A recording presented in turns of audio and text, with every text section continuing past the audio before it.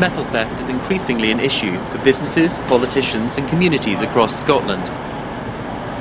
Nowhere is its impact more keenly felt than in the rail sector. We spoke to Route Managing Director of NetworkRail, David Simpson, in Glasgow to find out more.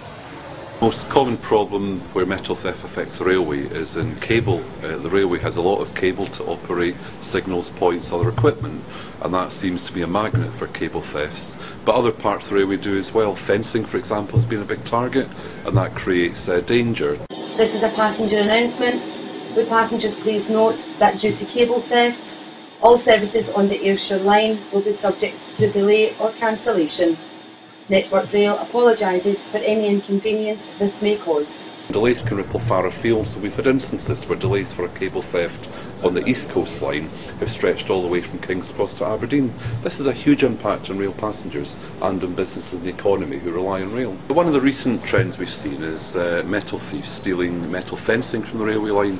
The fencing's there for a reason, and I'm very concerned that if fencing is stolen, that leaves the railway open to youngsters and so forth trespassing, not being aware of the dangers, and possibly incidents happening. So I'm really keen to tackle metal theft from fencing as well as the cables. Metal thieves take huge personal risks. The railway is a dangerous place to be.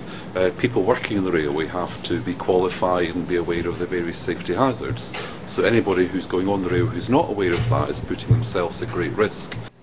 Any type of metal is becoming more extensive as well as fencing. We've seen manhole covers, we've seen drain covers. That creates risks for people walking along the track bed falling into the holes. NetworkRail's taking many steps to tackle metal theft, to mark cables. We're using forensic technology so we can detect thieves who've been involved in the railway.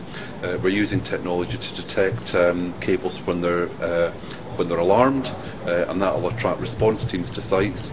We're also pressing very hard for the impact of cable theft to be understood by the authorities and pressing for tough sentencing. In Scotland we've seen a mix of types of cable theft. We've seen what clearly is opportunistic thefts, but we also feel there's a larger agenda at work here, and the organised theft, you look at the patterns, you look at some of the issues, we believe there's more to it than that, and we're working very closely with British Transport Police to detect and tackle that issue. Metal theft causes huge disruption to the rail network in terms of delaying trains.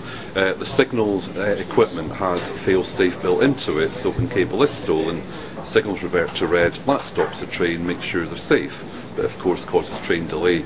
Over the past year there's been many thousands of minutes of train delay across Scotland, across the UK, and that's required NetworkRail to compensate train operators. Cable theft costs the railway industry, NetworkRail, some £60 million a year. It also diverts people who are going out to respond to it and repair cables from their key tasks. That pushes up the cost of those. Inevitably it makes the industry more expensive, which will have a knock-on effect to fares, which is the last thing we want. That's why it's so important to tackle this problem and get cable theft off the railway.